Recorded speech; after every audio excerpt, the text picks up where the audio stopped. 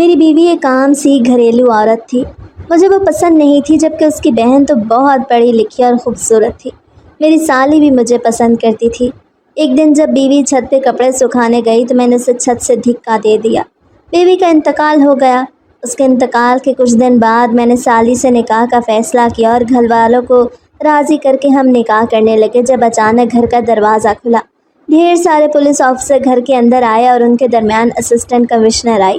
اس assistant commissioner کو دیکھ کے ہماری سانسیں رک گئیں، کیونکہ وہ تو میری بیوی ہی۔ آج موسم بہت خوشگوار تھا اور میرے دل کا موسم اس سے بھی زیادہ حسین تھا۔ بالآخر 3 مہینے کی محنت کے بعد میں اپنے گھر والوں کو منانے میں کامیاب ہو گیا تھا اور انہوں نے میری سالی سے میرے نکاح کو تسلیم کر لیا تھا۔ اس بات کے لیے میں پچھلے 3 مہینوں سے محنت کر رہا تھا کہ میری بیوی کے انتقال کے بعد میں اگر شادی کروں گا تو اپنی سالی جیسی خوبصورت، پڑھی لکھی اور ذہین عورت سے۔ ان 3 مہینوں میں نے بھرپور طور پہ لوگوں کو یہ ظاہر کیا تھا کہ میں اپنی بیوی کے جانے سے بہت زیادہ اداس ہوں، اور اس کی اداسی کی وجہ سے میں نے شادی میں کتنی دیر لگائی ہے، جبکہ حقیقت تو یہ تھی کہ میں اپنی ماں اور اپنے گھر کے دیگر افراد کو اپنی سالی سے شادی کرنے کے لیے راضی کر رہا تھا، اور آج میں اس میں کامیاب ہو گیا تھا۔ میں نے دھوم دھام سے نکاح کا فیصلہ کیا۔ میری سالی جو اب میری ہونے والی بیوی تھی وہ بھی مجھ سے بے حد خوش تھی۔ میں خود کو ہواؤں میں اڑتا ہوا محسوس کر رہا تھا۔ میرے نفس کی خواہش نے مجھے یہ تک بھلا دیا کہ میں کتنا بڑا گناہ کر چکا ہوں۔ بس مجھ پہ تو ایک ہی دھن سوار تھی کہ میرا نکاح سالی جیسی پڑھی لکھی، خوبصورت اور ذہین لڑکی سے ہونا چاہیے، اور اس مقصد کے حصول کے لیے میں نے ہر حد پار کر دی تھی۔ رات کے 9 بجے ہی میں نے تیاری مکمل کر دی۔ نکاح ایک 5 اسٹار ہوٹل میں قرار پایا۔ اپنی ہونے والی بیوی کو بھی میں نے خوبصورت لباس خرید کے دیا، جو کہ کافی مہنگا تھا، لیکن میرے لیے اس لباس کی قیمت اہم نہ تھی، بلکہ اس کی خوشی کی قیمت تھی جو اس کے چہرے سے مجھے واضح طور پہ نظر آ رہی تھی۔ اس نے چند مہینوں میں میرا بہت ساتھ دے دیا تھا، اور آج ہم دونوں اکٹھے پھل کھانے والے تھے۔ میں جلدی تیار ہو کے مقررہ جگہ پہنچ گیا۔ مہمانوں کا ایک ہجوم تھا۔ میں نے روپیہ پانی کی طرح بہایا۔ گھر والے اگرچہ تیار تو ہو گئے تھے، لیکن ان کے چہرے پہ ناگواری کے آثار بھی میرے حوصلے پست نہ کر سکے۔ جو خوشی مجھے آج مل رہی تھی اس کے لیے میں نے کافی انتظار کیا، اور اب میں کوئی بدمزگی نہیں چاہتا تھا۔ جیسے ہی میں تیار ہو کے ہوٹل میں پہنچا تو میری خوشی کی انتہا نہ رہی۔ وہاں نائمہ کو تیار ہوتا دیکھ کے مجھے لگا کہ اب مجھے زندگی میں آگے بڑھنے سے کوئی نہیں روک سکتا، اور میں جو چاہے حاصل کر سکتا ہوں۔ نکاح کی تقریب شروع ہونے والی تھی۔ تمام لوگ سٹیج کے قریب آ گئے۔ اس ہوٹل کو بھی خوبصورتی سے سجایا گیا تھا۔ مجھے لگ رہا تھا کہ پہلی بار میں نے اپنی زندگی میں اتنی خوشی محسوس کی ہے، اور آج سے پہلے میں نے کبھی خود کو اتنا مطمئن نہیں پایا تھا۔ جبکہ سچ تو یہ تھا کہ میں نے اپنے نفس کی راہ پہ چل پڑا تھا، اور اس مقام کو حاصل کرنے کے لیے میں نے ایک ایسا گناہ کیا جس کا مجھے بالکل بھی احساس نہیں تھا۔